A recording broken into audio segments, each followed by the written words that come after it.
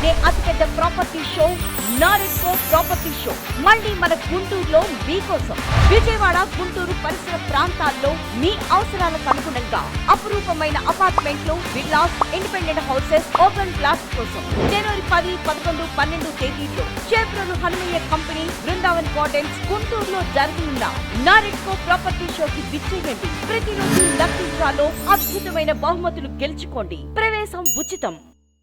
శవాల ముందు చిల్లర ఏరుకునే బ్యాచ్ ఉంటుంది చూడండి, అలాంటి బ్యాచ్ వైసీపీ పార్టీలో ఉందన్నమాట. అందులో మరి ముఖ్యంగా శవాలు వెళ్తే చాలు ఇలాగా పేలాలు ఏరుకునేదానికి, చిల్లర ఏరుకునేదానికి వచ్చేసే మహాతల్లి ఎవరన్నా ఉంది అంటే అది రోజా. వచ్చేసింది, పొద్దున్నే వచ్చేసి శవాలు కనిపిస్తే చాలు ప్రెస్ మీట్లు పెట్టేసి, పొంతన లేకుండా ఇష్టానుసారంగా ప్రెస్ మీట్లు పెట్టేసి అల్లు అర్జున్ విషయంలో అల్లు అర్జున్ అరెస్ట్ చేసినట్లట చంద్రబాబు నాయుడు గారిని, పవన్ కళ్యాణ్ గారిని, టీటీడీ చైర్మన్ బిఆర్ నాయుడు గారిని అరెస్ట్ చేయాలంటే. ఏమ్మా అక్కడంటే అల్లు అర్జున్ ఉన్నాడు, వెళ్ళాడు, పర్మిషన్ లేకుండా వెళ్ళాడు, గవర్నమెంట్ వద్దన్నా వెళ్ళాడు.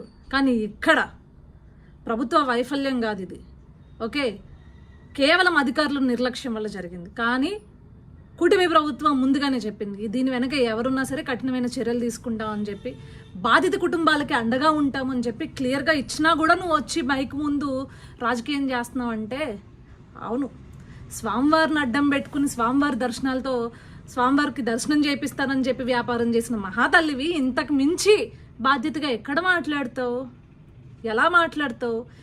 ఎంతటి దౌర్భాగ్యం అంటే ఈ వైఎస్ఆర్సీపీ పేటీఎం బ్యాచ్ వాళ్ళు అంటారు మీరు పలానా స్వామివారి విషయంలో, లడ్డు విషయంలో రాజకీయం చేశారు జగన్మోహన్ రెడ్డి పైన, అందుకే ఇలాంటి సంఘటన జరిగిందంట. సిగ్గుండాలి.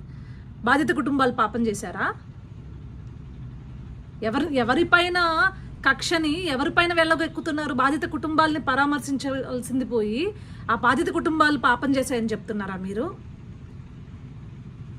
కనీసం 11 సీట్లు వచ్చినా కూడా జ్ఞానం ఉండాలి కదా, సిగ్గుండాలి కదా, నీతి ఉండాలి కదా.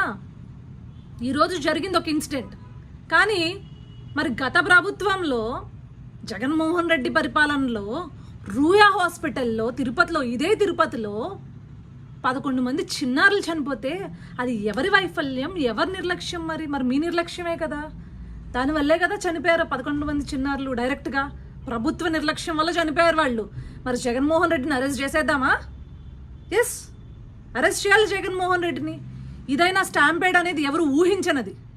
కానీ ఒక గవర్నమెంట్ హాస్పిటల్లో, రూయా హాస్పిటల్లో ఇలాంటి ఆక్సిజన్ లేక ప్రభుత్వ నిర్లక్ష్యం వలన 11 మంది పిల్లలు చనిపోయినప్పుడు ఆ రోజు మరి నువ్వు బాధ్యత తీసుకోలేదు కదా రోజా, మీ ప్రభుత్వం బాధ్యత తీసుకోలేదు కదా.